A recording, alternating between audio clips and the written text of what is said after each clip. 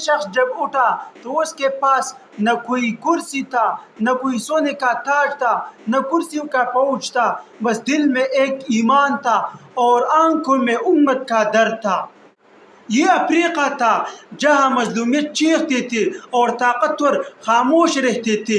امریکہ اور مغرب جیسے بھیڑیا ان کے وسائل پر قبضہ کیے بیٹھے تھے، لیکن پھر ایک نوجوان کھڑا ہوا اور للکار کر کہا، ہم لڑیں گے، ہم لڑیں گے، ہم جھکیں گے نہیں۔ اس نے کہا کہ ہم اپنا اختیار کسی کو نہ دیں گے، اپنے سونے پر، اپنی زمین پر اور اپنے خون پر اب صرف ہمارا حق ہے۔